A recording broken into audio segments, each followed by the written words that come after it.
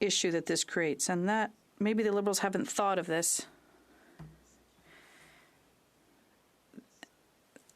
There be 1,108 municipal elections in Quebec at the same time.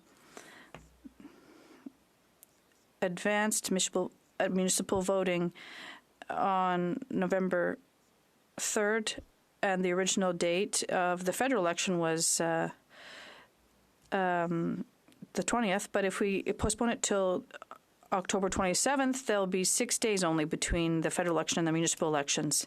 So you'll be seeing posters for federal elections with the NDP, the Liberals, and all the other possible parties. And then you'll see all of the posters for all the municipal elections and the signs. So there won't be enough posts for the person who gets there first. And also in terms of the media,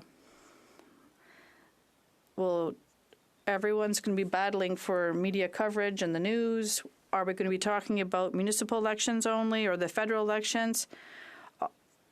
There'll be fewer and less time to cover both of these election campaigns. And there are 1,108 municipalities that will be running elections at the same time. We're not talking just about a municipality that may be running for a school board. No, we're talking about a lot of municipalities, 1,108.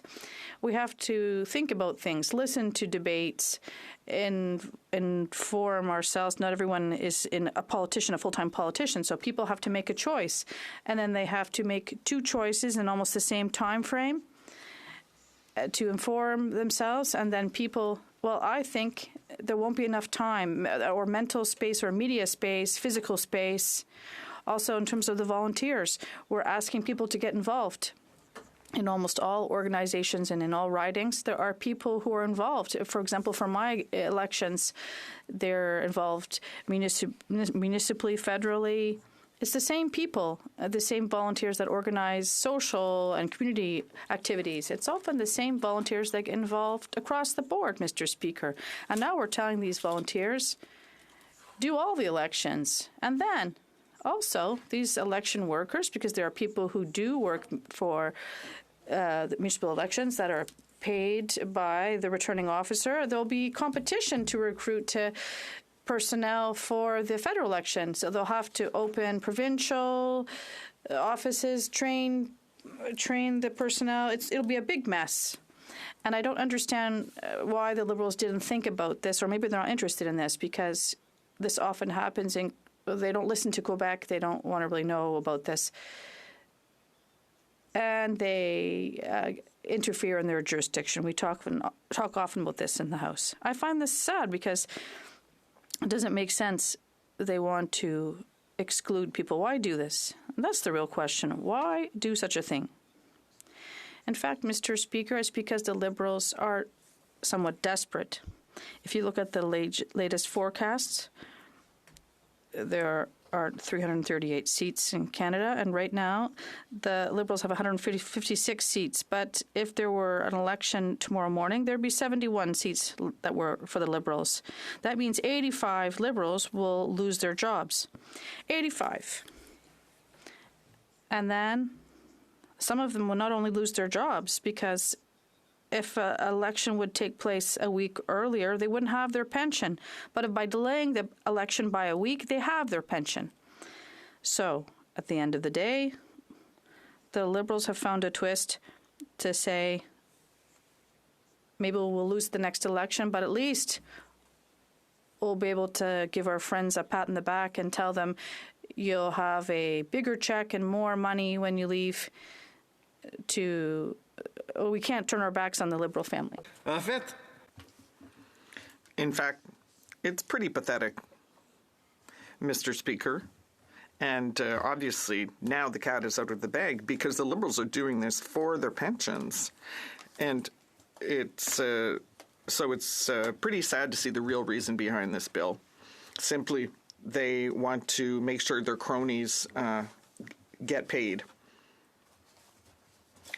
It's really unbelievable, Mr. Speaker, because during the question period for many weeks, the Minister of Transport, I can't name him, but he's the member for Honoré Mercier. He just loves answering us, the Bloc, when we ask questions. He says they're not there for their convictions. They're there for their pensions. That's what he told us, Mr. Speaker. First of all, I'm 35, so my pension is pretty far away. But what I can tell you as well is that what we're seeing is that the Liberals are telling us that, but in complicity with the NDP, they're doing the exact same thing so that they can have some very attractive pensions. Maybe that's why they bring that out in the question period, because that's because what they're trying to figure out for themselves. That's what's happening, Mr. Speaker.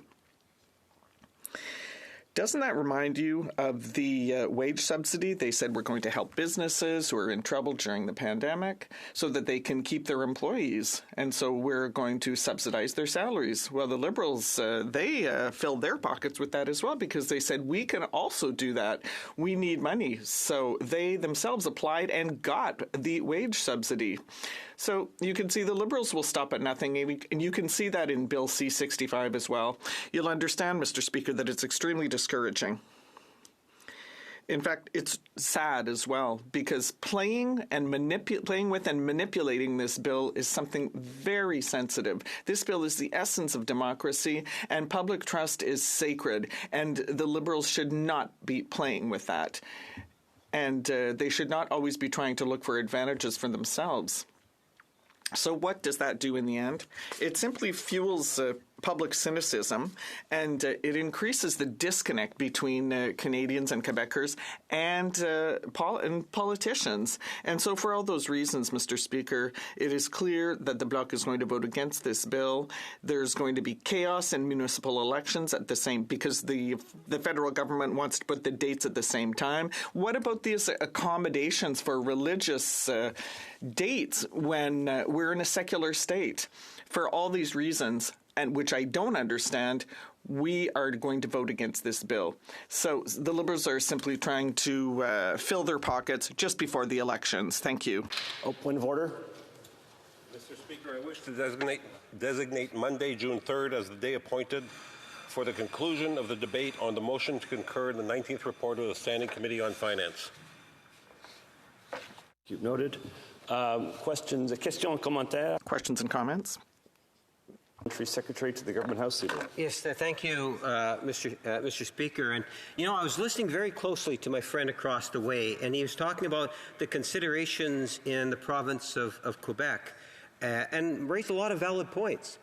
But I'm wondering if he's aware that the City of Edmonton, the City of Calgary, and the municipalities in Alberta have their election on October the 20th. That's when the legislation is proposed. If nothing is done, we will have our same election on those municipalities. Would he apply the same principles that he just finished saying just now in regards to consideration for the province of Quebec for the consideration of the people of Alberta? Should that be taken into consideration at all? Now, when you make reference to Diwali, I myself, I appreciate Diwali, good over evil. There's all sorts of things that I would talk about in regards to Diwali. Having said that, I share the same sort of concerns the member just talked about for the province of Quebec.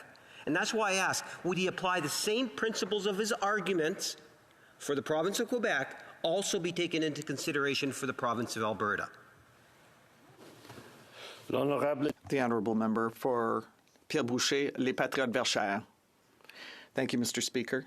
Well, I could answer very quickly that the concern for a member like myself, a member of the Bloc Québécois, is first and foremost for Quebec and for the municipalities of Quebec. So it's not that I'm necessarily opposed to what the member has suggested. For example, should we take into consideration the dates of other provincial and municipal elections? That's all very well, but from the point of view of the federal government, it should go without saying that they're going to look at that to ensure that not everything happens at the same time. And so my role, though, is that to ensure that that's his job to ensure when provincial elections are. My job is to serve my constituents in Quebec. The honourable member for Louis Saint Laurent. Thank you very much, Mr. Speaker. It's very nice to see you on your seat there. I greatly appreciated the speech of my colleague. I didn't think he was so young because he was elected quite a while ago. But the member raises an important question. That is that we need to coordinate things when elections are called. There are 3 levels in Canada: municipal, provincial and territorial, and federal. And so obviously the government should try and avoid that there are these conflicts in the dates. So it's difficult with 10 provinces, 3 territories, and who knows how many thousands of municipalities. So it's difficult. In this specific case, Mr. Speaker, is that this is a perfect storm in Quebec because there are fixed date elections in the municipalities which are going to conflict with the federal election. Remember in 2021, there was also this conflict. But since the Prime Minister during the 4th wave, called elections.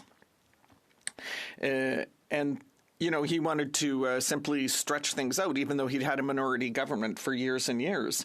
So out of the 6 years that some members are going to have. So here's my question. If ever the government wants to hold an election, it suggested a date that should be after the date that they had originally set. Wouldn't they put the 10 days before the set date? Obviously, some people might lose their advantages regarding pensions. So is that a coincidence? The Honourable Member for Pierre Boucher, Les Patriotes Bellechaire. Thank you, Mr. Speaker.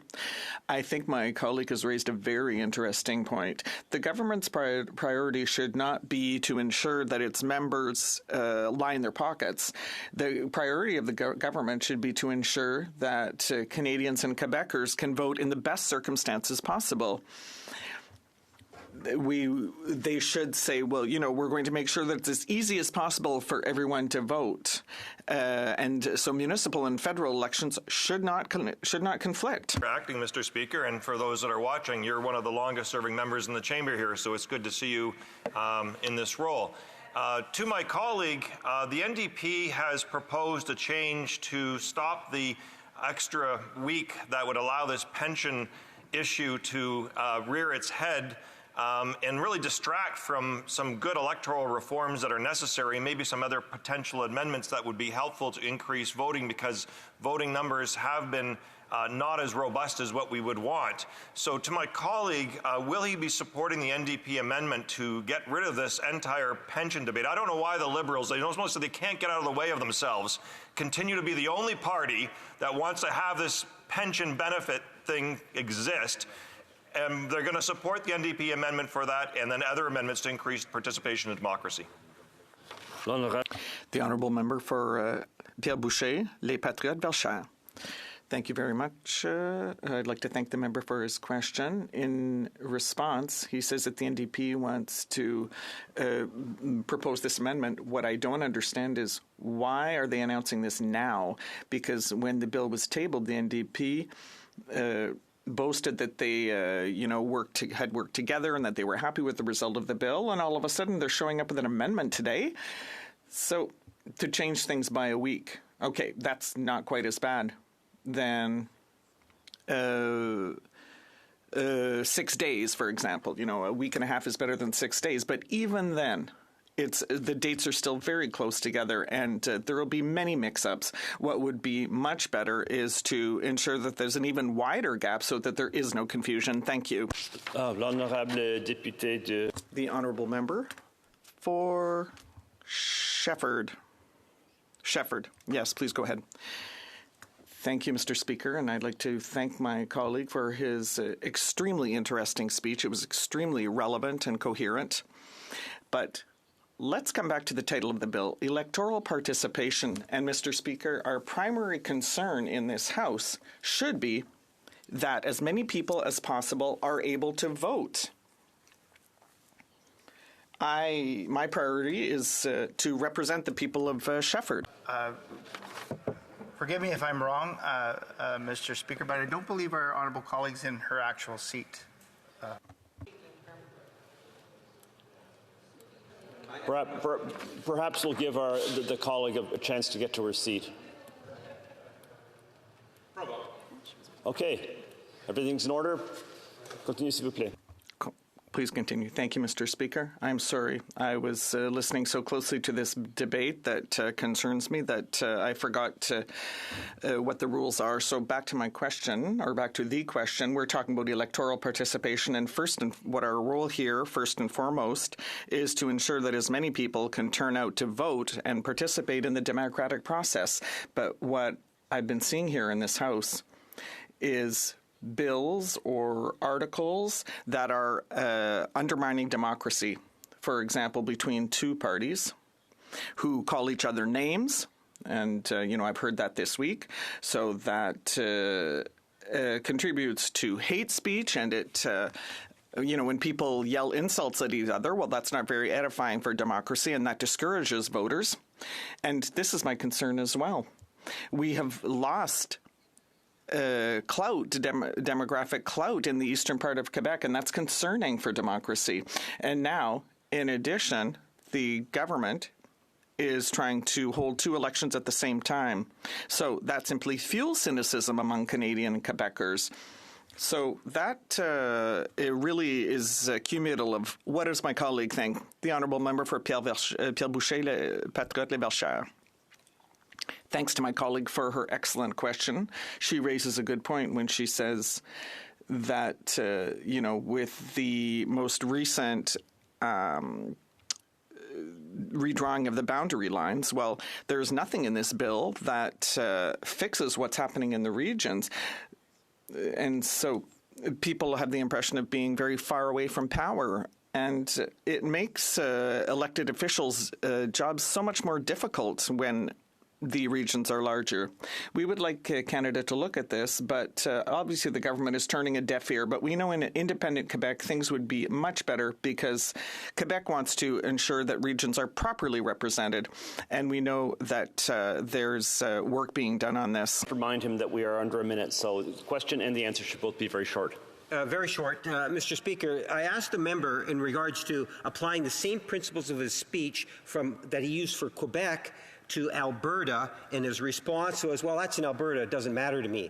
There are 30-plus Conservative MPs. Does he believe that, from Alberta, does he believe they should at least give that some thought, the impact of having a Calgary, Edmonton, and municipal elections throughout the province? L'honorable député, 20 secondes.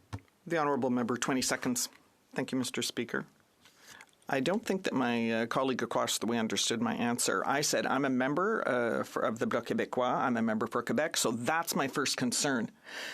But he's the one on the government side, so it's the Liberals who have to manage all of the country and understand all the issues with provinces and municipalities, so it's up to them to find those solutions. So if he has a better proposal, then he should bring it forward. But what we are focusing on are the problems in Quebec. Thank you. Resuming debate, the Honourable Member for London Fanshawe. Thank you, Mr. Speaker. It's always an honour to rise in this House to represent the people of London Fanshawe and to speak today to this really important piece of legislation. Today is yet another win for Canadians being delivered by the NDP caucus. It's yet another example of what you can accomplish when you send members of Parliament to the House of Commons who put people first. They don't focus on themselves. We don't work to expand only our own power or the power of our rich donors, because we don't have rich donors. We have normal people putting that together for a cause that they believe in. Instead, New Democrats work to ensure that our democratic institutions are strengthened for all people. This legislation is a good step. It's one step, but a good step to give power back to Canadians, not tear down democracy simply for clickbait. You know, when we all arrived in Ottawa after the 2021 election, there were a lot of choices that had to be made by all members. We had the choice to spend the next 4 years fighting, accomplishing little, for our constituents, throwing tantrums, because we couldn't get the results that we want, or we could be better. My caucus knew that Canadians wanted action, and as a New Democrat that grew up under the leadership shown by Jack Layton, I knew the importance of balancing proposition while in opposition. We didn't want to be like the Conservatives, spending 4 years fundraising and disrupting Parliament. We knew the Liberals would spend 4 years breaking the promises that they had been making to Canadians for so long, so we stepped up.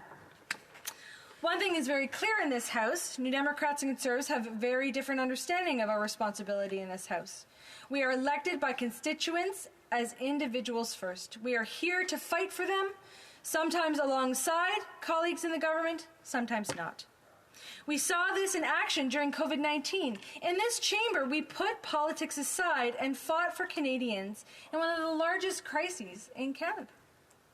The NDP used our power in a minority government to collaborate with all sides. We increased the Canadian Emergency Wage Subsidy to protect jobs. We made sure the Canadian Emergency Relief Benefit provided enough supports for everyone so they could make ends meet. We ensured necessary programs were coming out on time with minimal barriers. We made sure students were supported. All parties to differing degrees came together during COVID. And I think the Canadians noticed. That support for Parliament as an institution and the respect that they had was felt. Parliament is at its worst when political parties wield their majorities as a way to shut down others. But our experience of COVID-19 showed politics can work for Canadians when we come together. And we've seen how collaboration can help more and more Canadians. Our agreement with this government says that all. If Liberals finally deliver on their promise of ending first past the post, we can make that collaboration the rule, not the exception.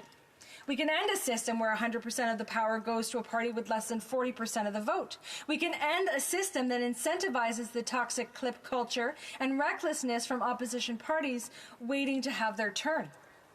Canadians would like to see Liberals, Conservatives, Bloc, NDP and Green members working together on solutions. If we can listen to Canadians and end first past the post, we can make that collaboration, again, the rule, not the exception in this place. I'd like to talk more about how working together has helped Canadians. 1.7 million seniors have registered for dental care, the single biggest expansion of our healthcare system since Tommy Douglas. 9 million Canadians will receive barrier-free birth control. 3.7 million Canadians will receive their diabetes medication and devices for free.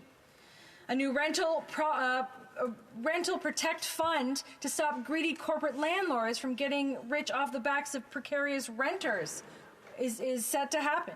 A new national school food program to provide meals for 4,000 children across Canada. And now today, with the introduction of Bill C-65, we can move towards fairer elections. Today is a great example of why New Democrats needed to step up and use our influence to make Liberals act. I remember knocking doors in 2015, and that powerful promise given to Canadians by this Prime Minister, 2015 will be our last unfair election under first past the post. How many people in this place remember hearing that? In 2015, the Liberals were elected with a majority government and had 4 full years to exercise their majority in this House to pass that legislation. But in 2019, confusingly, I was elected to this chamber by London Fanshawe under first past the post. Then in 2021, even the Prime Minister was catching on, saying we have to eliminate first past the post, and he again said, "Oh, I'll take on election reform." But New Democrats knew that wasn't going to happen. We knew that we would see that election promise broken again, and that's exactly what happened. My colleague, the NDP MP for Nanaimo Ladysmith, brought forward a fantastic motion to create a citizens' assembly on electoral reform. She argued to this House that Canadians are becoming cynical about politics. A 2020 Leger poll showed 80% of Canadians support the creation of a citizens' assembly on electoral reform. This is a popular idea to solve the drop in voter turnout in Canada. But the Liberals and Conservatives teamed up in February to defeat it.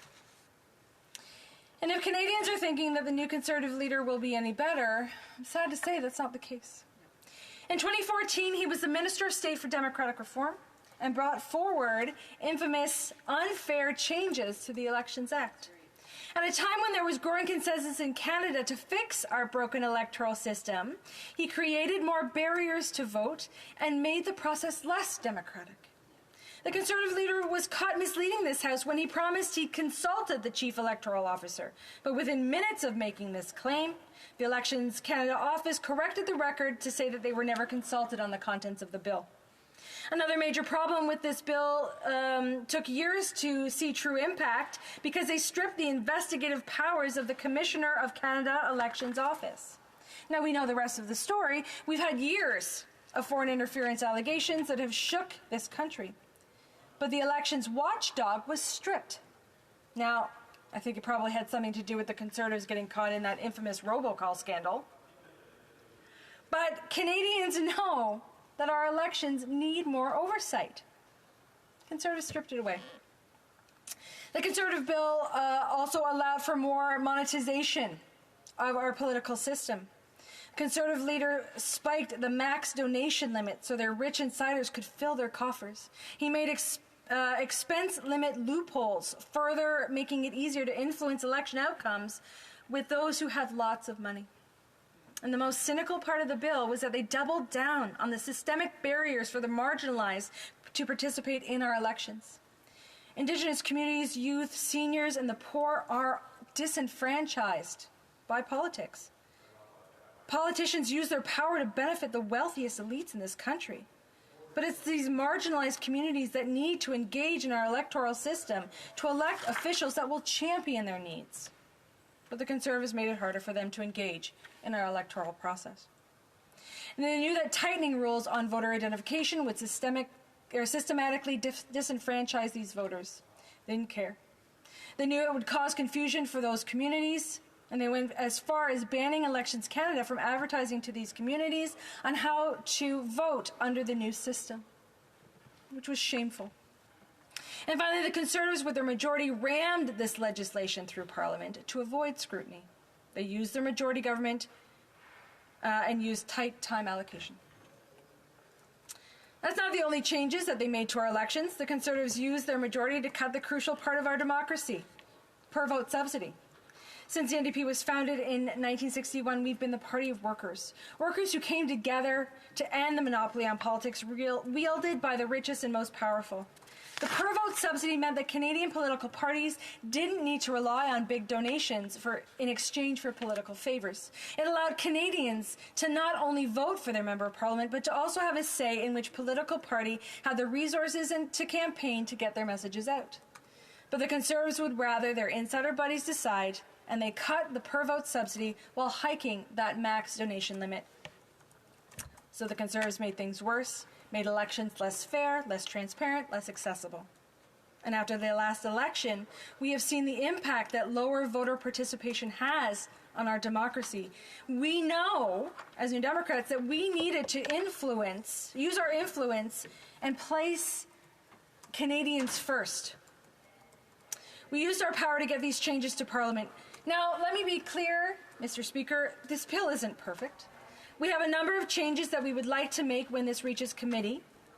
But in this bill, there are important wins. It adds 2 additional days of advanced polling, bringing the total to 7, including Election Day. It requires Elections Canada to offer online registration for special mail-in ballots. It creates the option to register early for special ballots in the case of fixed date elections. It creates the option for electors to return special ballots in person or vote in person on Election Day if they have registered for but not submitted a special ballot. It enshrines in legislation the Vote on Campus program for post-secondary students. Makes voting easier in long-term care facilities by allowing returning officers to work with facilities to identify the best date and time for residents to vote early, removing proof of address requirements for electors in these facilities, and allows them to choose anyone they'd like to assist them with voting. It requires a report to Parliament by the Chief Electoral Officer on steps needed to give electors the ability to vote at any polling station in their riding by 2029. It requires a report to Parliament by the Chief Electoral Officer on steps needed to implement a 3-day election day period for general elections by 2029 and beyond. It increases protections against election interference and foreign financing of third-party campaign activities. It introduces new protections against people knowingly making false or misleading statements related to an election or the voting process. It has new third-party finance rules requiring increased transparency on the source of funding that third parties use to pay for regulated activities, and it creates new safeguards for voters' personal data held by political parties. I mentioned that there were things that we wanted to see change, Madam Speaker. We need to see more in this bill, and we'll be pushing for that at committee. We want to ensure that all communities and Canadians can engage in our electoral system. That means allowing Indigenous languages on ballots across Canada. That means allowing telephone voting for people with disabilities. That means lowering the voter age to 16. These changes are critical to ensure we elect politicians that look like and serve all Canadians. All Canadians, Madam Speaker. We also want to remove any change of this bill being cynically used for MP pensions. We want to ensure that this bill doesn't circumvent the normal procedure for allocation of MP pensions and ensure that any change to the election day doesn't push anyone over the line for access to a pension that they would not have otherwise received. We also want to ensure that unions aren't unduly prohibited from communicating with their own members about politics. Despite attacks by other parties, unions are part of our democracy. They are elected. We can't just have electoral democracy. Canadians need economic and workplace democracy. That means ensuring workers can come together and work together to change our political system. We also know Canada is lagging behind on the world stage for gender parity in politics. In 1997, 20.6% of members of Parliament were women. Today, we've only grown to 30.6%, well behind countries like Mexico that have reached gender parity by making it a part of their electoral process. I'm very proud that the NDP has a robust gender equality or equity policy in our selection of candidates. But the last couple of weeks have shown that we can't rely on political parties alone to make that change. Canadian women deserve true representation. They need gender parity in this House, and that will require changing how we do elections. I just wanted to expand on this a little bit too in terms of what I've seen in the Procedural and House Affairs Committee recently as we're talking about harassment in this place and in this institution. The misogyny that we see in this place needs to be rectified.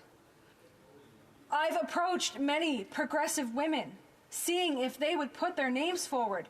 They see what happens in this place. They don't want to be a part of that. They can't see themselves in this place.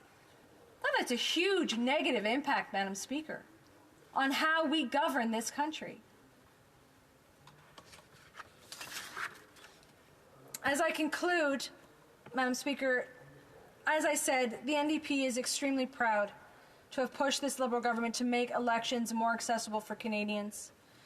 There's a lot more work to be done, and we need to keep pushing to make sure that it is in fact done.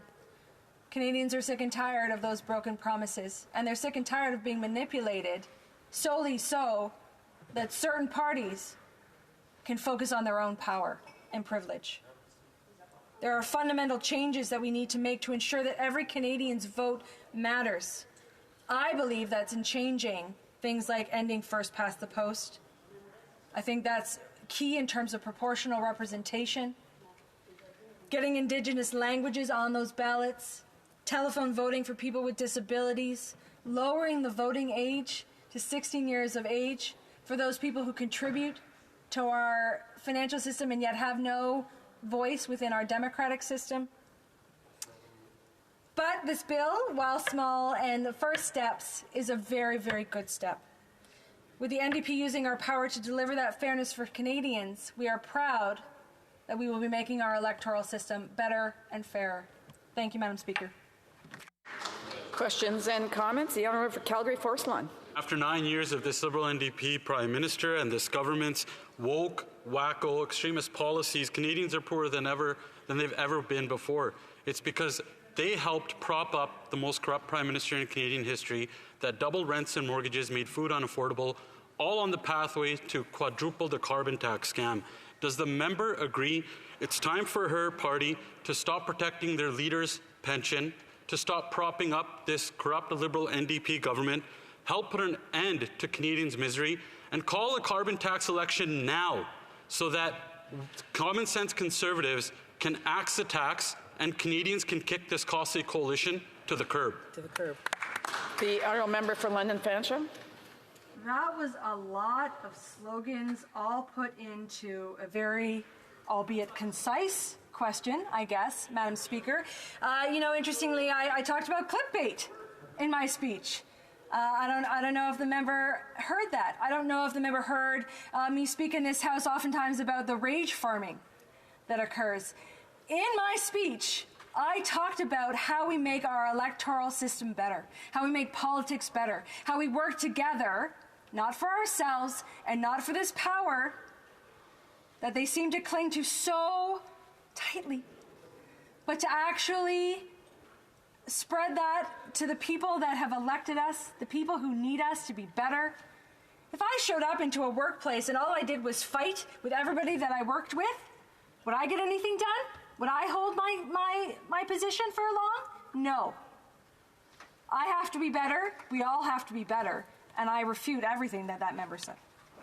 Questions and comments. The Honourable Parliamentary Secretary, the Government House Leader. Yes, thank you, Madam Speaker. And I want to pick up on the advance polls and expanding advance polls. When I reflect on it, and I'll be providing some further thought on this shortly, but when I reflect on it, I see advance polls, Madam Speaker, as something in which has been really on the uptake. More and more, we're seeing people taking advantage of the opportunities to mark their X by participating at an advance poll.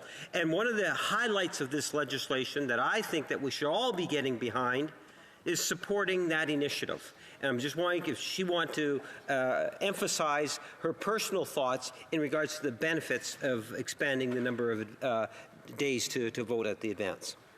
The honourable member for London Fanshawe.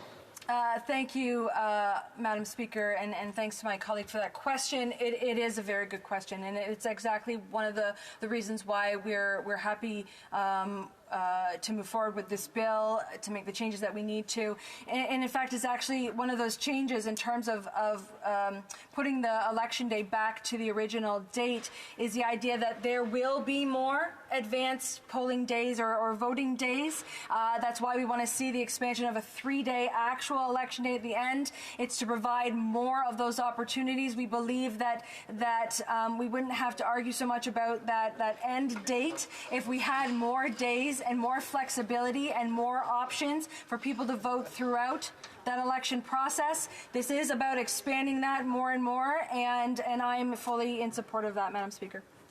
Questions and comments. Honourable Député de Drummond. The Honourable Member for Drummond. Thank you, Madam Speaker. I'd like to touch on something that my colleague said. She spoke about the fact that we need to be better, that we need to rise above petty politicking. There are a number of good things in this bill.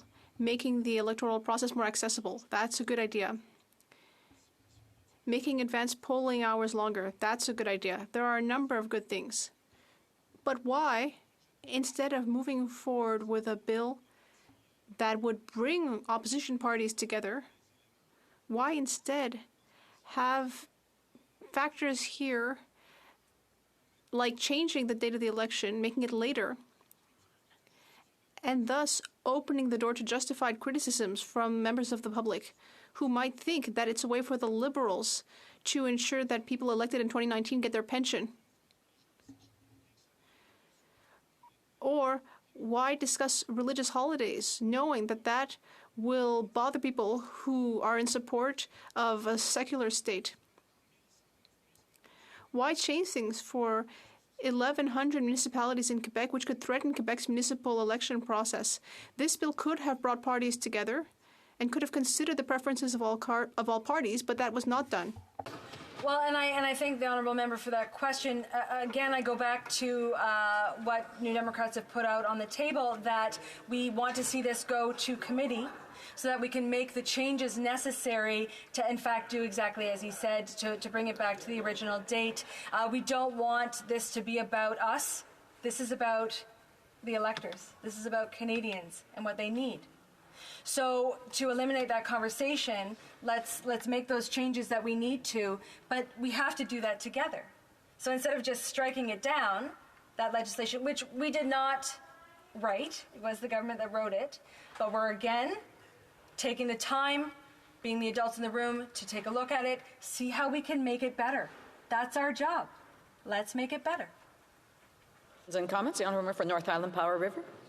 Well, thank you, Madam Speaker, and I thank the member for her fabulous speech. I really appreciate it. And I agree that a lot of Canadians are increasingly feeling concerned and separated from government. And I think it is imperative that we don't use slogans that separate and divide, but rather clearly state where we are strong, even if we're reflecting on where other parties are weak. I represent a more rural and remote community, and I know that one of the challenges that we have is people will go to another part of the riding and think they can vote there, and of course they're not always able to. So I'm wondering if this member could reflect on how having longer advance polls, longer election dates, period of time will allow people who are in a bigger riding to find the right place to vote. Thank you. The honourable for London Fanshawe. Thank you to my honourable colleague for her question.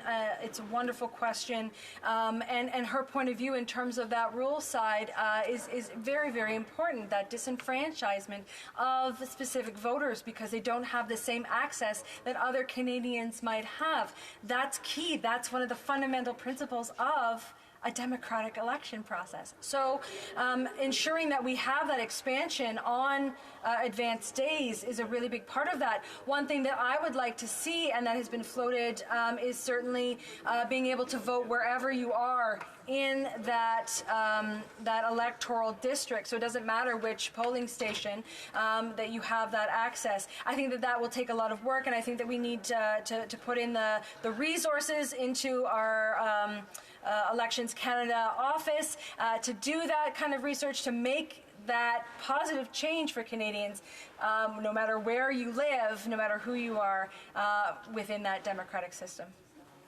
Questions and comments? L'honorable député de... Oh mon Dieu, ça fait un petit bout de temps. L'honorable secrétaire... The Honourable Parliamentary Secretary. Colleague for her excellent speech. We actually work together on the Procedure and House Affairs Committee, and we actually work really closely together and get a lot of good things done. Actually, she brought up really good points in her intervention. I myself was on the Electoral Reform Committee. I still have flashbacks, and I know that some of the issues that we had were to we were together as well, to the member opposite, and she brought up some really good points about increasing voter participation, and I'd like to know if she'd have any recommendations also include more in this bill about how we can continue to increase voter participation. The honourable member for London Fanshawe. Well, and I appreciate working with that honourable member on the Procedural and House Affairs Committee and the incredible important work that we're doing in terms of that conversation about harassment in this workplace and what that means to our democratic institutions. I think that within this bill, I think that we need to expand a lot more. I'm not sure if it would fit within this bill, but I did mention extending and expanding the voter age to 16, which my colleague has put forward. Unfortunately, it was defeated, but we'll keep trying for that. Moving to proportional representation, mixed member proportional representation, that provides an understanding and an immediate feedback to people that their vote matters, that they can see it more directly, as opposed to the first past the post that we're stuck in right now. I think that conversation about per vote subsidy also has a really big part in that, and that allows the full enfranchisement of all political parties based on the number of votes they get to then continue the conversation to be able to get into the public sphere on a far more equal basis, then allowing them to communicate to people, and then they know their choices more. All of those things need to be part of this conversation, and I mean, I would love it to be part of this bill, but these are conversations that we have to have collaboratively and together as part of our healthy democratic institution. Thank you. Point of order. The Honourable Parliamentary Secretary of the Government House Leader. Yes, Madam Speaker, in my rush to get into government orders, I missed a question, so I was asked for leave to be able to say that the following question would be answered today, and that would be 2548. If I can get leave to go back to... Just consent to... Yes. Agreed? Agreed and so ordered. Resuming debate. Reprise de débat. The Honourable Parliamentary Secretary at the Government House Leader. Yes, thank you very much, Madam Speaker, and it's a pleasure to be able to address an issue that I really wasn't able to address because of time constraints earlier today, Madam Speaker. But I want to be able to amplify this because my friend in the Bloc Party raised a really important point. One of the issues in the questions and answers that was constantly being brought up was the issue of why did the government give any consideration to the change of the date on October the 20th. And it was interesting when the official or the representative from the Bloc Party articulated far better than I ever could have, Madam Speaker, on why it is that we were being insensitive by changing it from October the 20th to October the 27th because the municipal elections were going to be at the beginning of November. And Madam Speaker, he brought up a lot of excellent representations to validate why it is that he was genuinely concerned. He felt, in essence, that the province of Quebec was not being treated fairly because we were bringing it to October the 27th. I understood what the member said very, very clearly. And that's the reason why I asked the member across the way, would you apply the very same principles that he articulated in terms of concerns about the municipal elections in Quebec in early November to the province of Alberta? Because Alberta, October the 20th is election day. So that means if you live in Edmonton or you live in Calgary or any of the other municipalities, that election, October the 20th, would be in direct conflict with both a federal and a provincial election. So if you're a voter on election day, you'd be in Edmonton, you'd be going to vote for a mayor, your councillors, your MPs, and your prime minister. We know the Bloc's position, as articulated. The Bloc Party would not support that if it was in Quebec. That's 100%, Madam Speaker. They made it very clear that they would not support a federal election that would interfere directly with the Quebec election. We saw the resistance to it when it was getting close to the election. So that causes one to ask the question, what about those Alberta members of Parliament? There's 34 members of the Conservative opposition, there's 34 members of Parliament from the province of Alberta, 30 of which that are from the Conservative Party. And I can suggest to those particular members, at least I will give the Bloc some credit in terms of taking into consideration the concerns of the province of Quebec, even though they don't care about Alberta, but at least they took into consideration the concerns in Quebec. What about those Alberta MPs?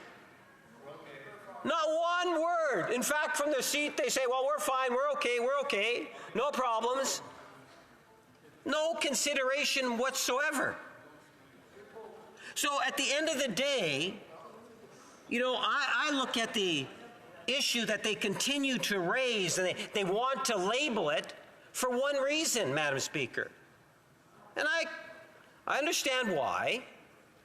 You know, as a government, we brought forward the legislation, and as I said in my remarks in introducing the legislation, that as a minority government, it means that a majority of MPs, which implies more than one political party, has to support this legislation, including the changing of a date, Madam Speaker.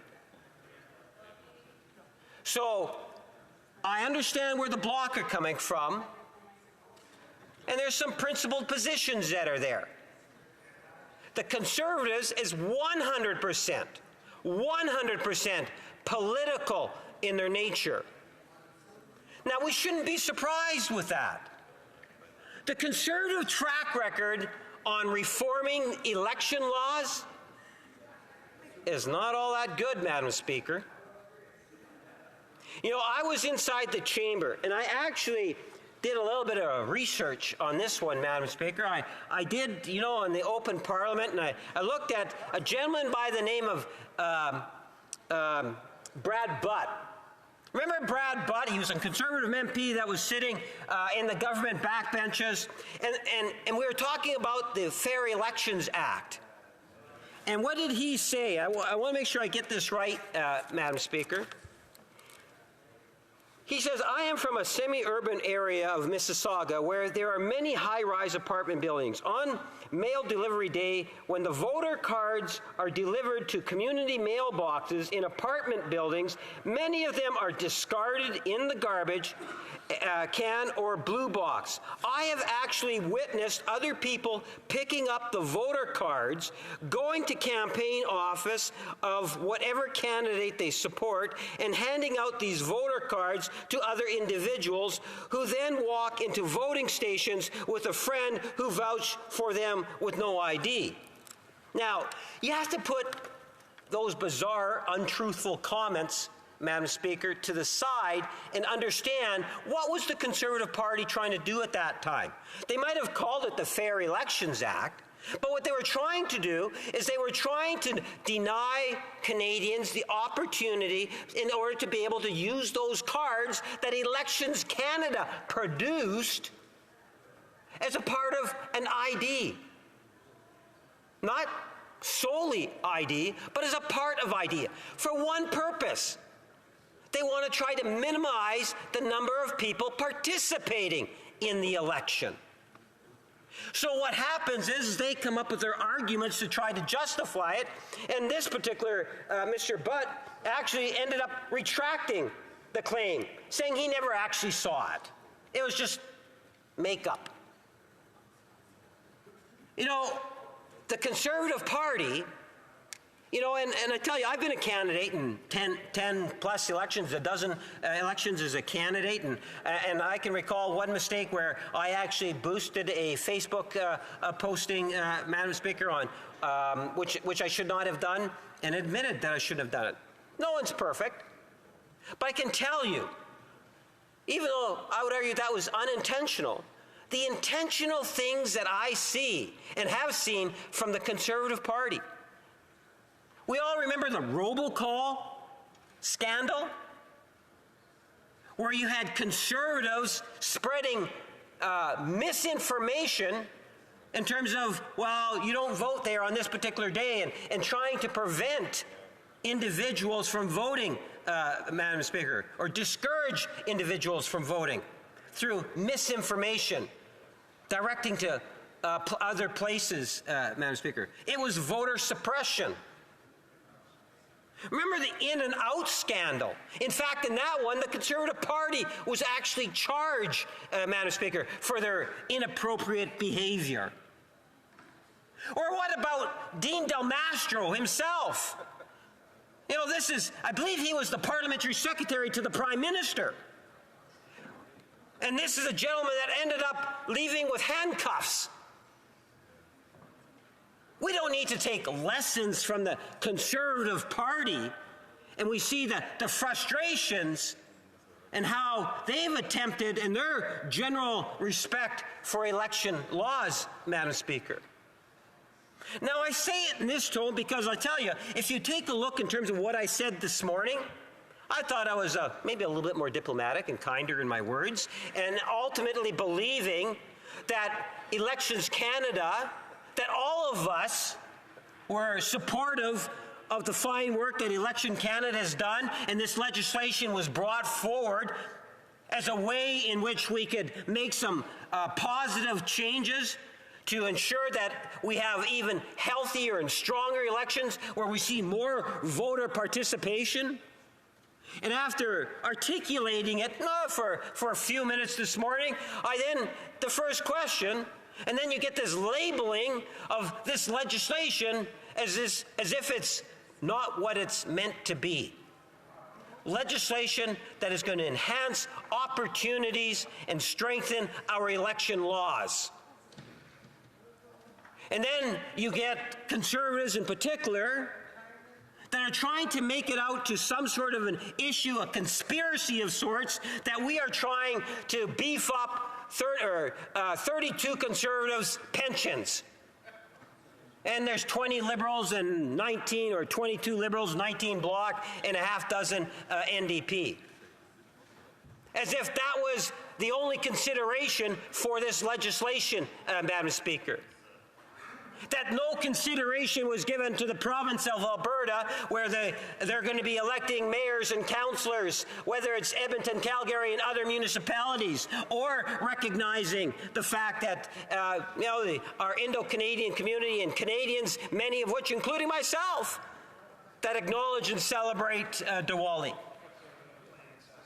But at the end of the day, Madam Speaker, I would suggest to you that if we take a look in terms of what I had said earlier this morning and recognize the valuable role that Canada plays today and can continue to play in terms of leadership on democracy by supporting things like the independence of Elections Canada, looking at ways in which we can strengthen our election laws. That's the primary purpose for this legislation, Madam Speaker. And members opposite know full well. I heard, that the NDP are going to be bringing in a motion to change the date, and the Bloc are going to support the motion, and the Conservatives, well, they're going to, who knows what? They're likely going to support that motion too. So the only thing that has to be decided is what day then. I'm suggesting, well, maybe we should be giving consideration, as the Bloc said about the province of Quebec and municipal elections, maybe we should be giving some consideration to what's happening in Alberta too. After all, the Bloc members said, well, that's the government's problem. We have to deal with the Alberta situation. The Bloc only deal with Quebec. Well, the government at least is putting it on the table. And if the Conservatives want to ignore... Oh, I'm sorry. I do have to interrupt the honourable member, and he will have 7 minutes and 40 seconds the next time this matter is before the House. As it is 1:15, 1:30, we'll now move to private members' business. Private members' business. Consideration at report stage of Bill C-317, National Strategy on Flood and Drought Forecasting Act, in the name of Mr. Scarpaleggia. We'll now proceed without debate to the putting of the question on the motion to concur in the bill at report stage. Monsieur Scarpaleggia. Mr. Scarpaleggia, seconded by Ms. Romanado, moves that Bill C-317, an act to establish a national strategy respecting flood and drought forecasting, as amended, be concurred in at report stage. Participating in person wishes that the motion be carried or carried on division, or if a member of a recognized party wishes to request on division? Agreed? Okay.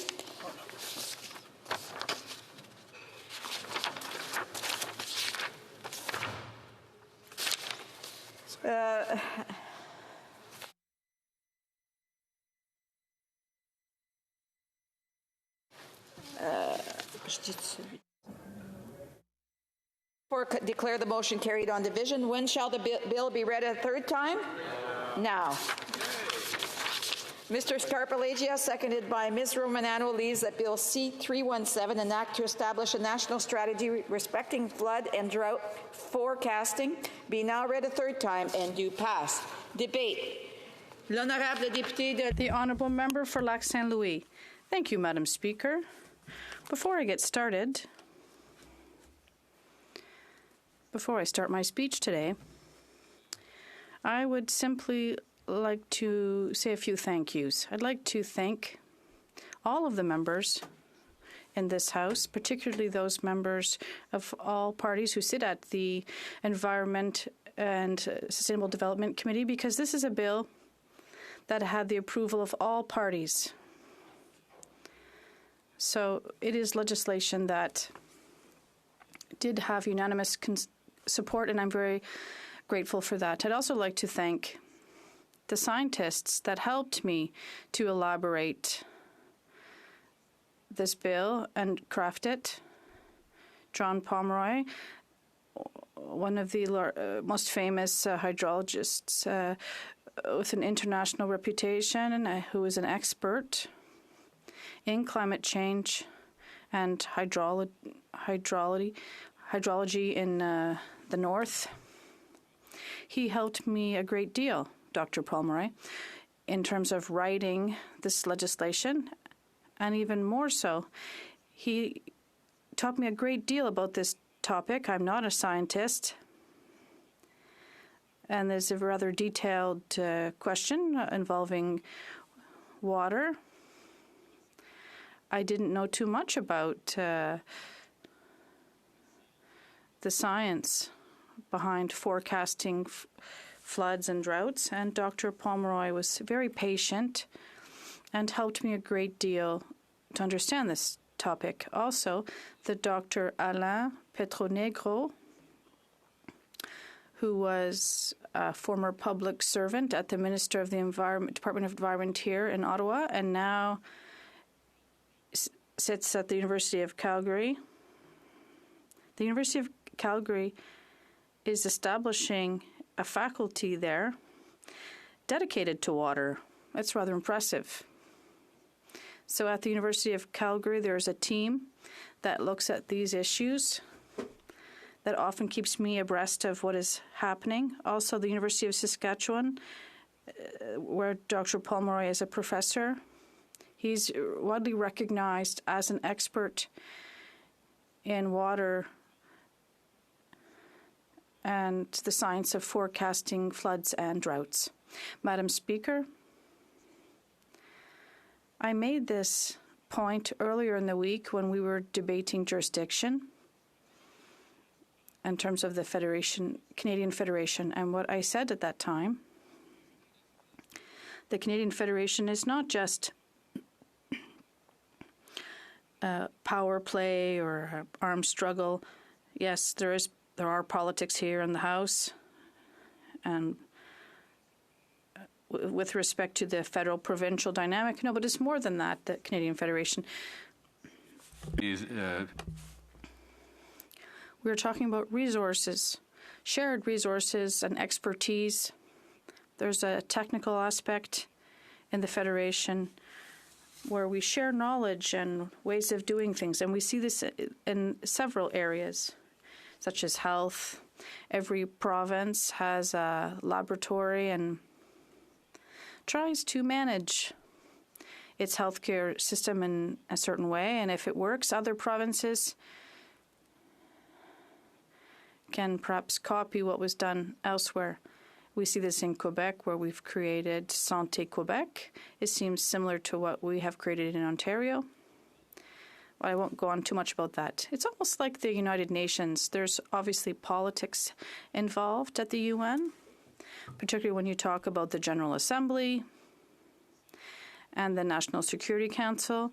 But the United Nations is much more than this. It's expertise, resources, cooperation amongst countries on technical questions, whether it's the World Health Organization or maritime organizations or cultural, UNESCO. They work together kind of like here. Question period is one thing, but at committee we do good work. Some drama isn't bad. It has its place. But at committees, we do good work, like we have done, Madam Speaker, if I may say so, at the Environment Committee. So this bill is a technical one. It aims at encouraging cooperation on a technical level in terms of forecasting floods, and droughts. That is the objective of this legislation. And as I said from the outset, Madam Speaker, I wasn't really aware of this area, and I've learned quite a great deal. And this has allowed me to put forward this bill and to bring it through the process. So that's roughly all I have to say about this. This bill will encourage cooperation, but it's not legislation that will involve expenses or force reorganizing things at the Ministry of the Environment. It will require federal public service to cooperate with experts, many of whom are at provincial governments, and also consult with Indigenous peoples. Everyone will work together to establish a plan to better cooperate with respect to forecasts for floods and droughts. Right now, there is some cooperation going on, but it's not a formal one. And it could even have a better structure and rational. That's what this legislation is aimed at doing. So it is a big step forward if this bill is adopted at the Senate and here. And if the departments establish this strategy. So how come I'm interested in this issue of floods, Madam Speaker? Well, since I've been elected, I have been interested in politics related to water and flooding and droughts in terms of the quantity of available water. Sometimes there's too much or not enough. But in my writing, of Lac Saint Louis, I'd like to talk about that a bit, if I may, Madam Speaker. My writing is surrounded by water. It's on Montreal Island, but it is there's the Two Mountains Lake, there's the St. Lawrence River, and from time to time, more often these days because of climate change, sometimes there is flooding, overflowing. And when we see this with your own eyes, you really can see that it's destructive and devastating. So that is what prompted me to propose this bill. And I'd also like to take a moment to congratulate the municipal councillors who, because of floods, they really have to work very hard and manage these crises, and they do such a good job. So that's one of the reasons why this topic was important to me. And once again, I'd like to thank my colleagues, particularly those who sit on the Environment Committee. And I hope this bill will be adopted at third reading. I think it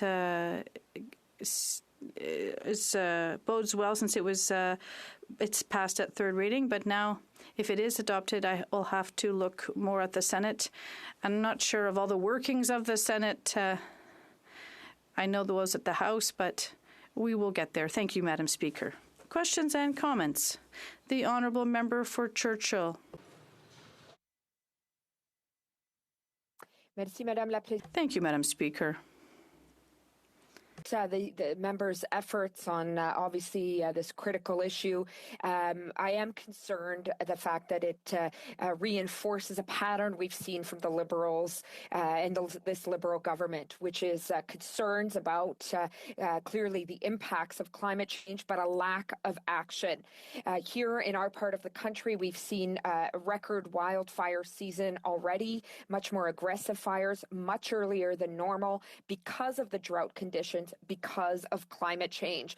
And most recently, we've heard very concerning statements from the military that they simply that they see the kind of support they've provided as recently as last year as, quote, wickedly wasteful. My question to this Liberal member is, does he support the Liberal government not taking bold action on climate change? And does he believe that the federal government should be able to call on the military when needed to keep communities like mine and communities across the country safe in the face of climate emergencies?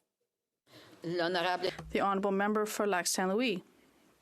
Madam Speaker, I don't agree that this government hasn't taken the environment in general and climate change more specifically seriously. I mean, I think of all the governments in the history of Canada, ours is the one that has put forth the most ambitious and most multifaceted environmental policies, including in the area of climate change. I mean, we fought all the way to the Supreme Court to protect an Environmental Assessment Act that we revamped in 2016 so that we could take into account emissions from projects when they're being evaluated. We went all the way to the Supreme Court so that we could gain jurisdiction and defend our policy of putting a price on carbon. So, you know, we've really, I think, put our money where our mouth is. As far as the military is concerned, our military over the last few years has done a remarkable job helping us address domestic emergencies, whether it was the pandemic or helping with firefighting and so on. And I'm very proud of them, and I know they'll be there when they're needed. Questions and comments? The Honourable for Bruce Grey, Owen Sound. Thanks, Madam Speaker. It's more of a comment to build off the last question from our NDP colleague, because I just want to put it on the record. I have huge belief in our Canadian Armed Forces members to be forward and to be there for domestic operations, but that is not the primary role of our Canadian Armed Forces. They will be there to do those tasks that nobody else in the civil service can do, or the municipal and provincial level, federal, other municipal or provincial capabilities don't exist. However, it is something that I would encourage the government to deal and look at to how we can restructure a federal force to be able to deal with it that's not part of the Canadian Armed Forces. The Honourable Member for Louis Saint Laurent. A very good point, and I agree that those who join the armed forces probably have their eye more on serving in conflict zones and so forth. But yes, from time to time, in all countries, the military is called upon to lend a helping hand in situations of emergency. I do believe that the government has stood up a humanitarian force to deal more specifically with domestic situations, which is, I guess, an outgrowth of the fact that, yes, we are facing a climate emergency, and it is having impacts here in Canada. We do have time for a brief question. The Honourable Member for Terrebonne. I'd like to thank my colleague, and I have a great deal of esteem for his speech, but my question is simple. How does he think this bill will improve coordination between the various parties that manage weather? Does he think this bill will really make a difference? The Honourable Member for Louis Saint Laurent, quick answer. Lac Saint Louis, yes. In terms of meteorological management, as I said in other speeches, it's really up to the federal government. We have the Canadian Meteorological Centre, and we're talking about managing forecasts. The way we can better predict events. It's already happening. These forecasters do talk amongst themselves. We need something more structured. The Honourable Member, we're going from Lac Saint Louis to Louis Saint Laurent, resuming debate. Madam Speaker, I smile because it's not the first time. You said it twice. The Honourable Member for Louis Saint Laurent. But I do have the great deal of pride to have a writing name that sounds a lot like the other members. Louis Saint Laurent, Lac Saint Louis, of course, things get confused. But, Madam Speaker, what you can't confuse is the great deal of respect I have for my honourable colleague, and for good reason, because he did thank those who worked at committee and here in this House to advance this legislation. And yes, this did happen because on the other side, there was someone to want to get things done and took an approach to get things done properly. And that is the member for Lac Saint Louis. And I'd like to remind everyone, Madam Speaker, and then in less than 4 weeks, by the end of June, he'll be celebrating his 20th anniversary here at the House of Commons. And I remember this because I was a journalist when the Honourable Paul Martin became Prime Minister. He was appointed at the time, and there was a gathering in the Montreal region for the Prime Minister, and the other member was present. I'll tell you why we're going to support this bill. First, there are three major factors. First,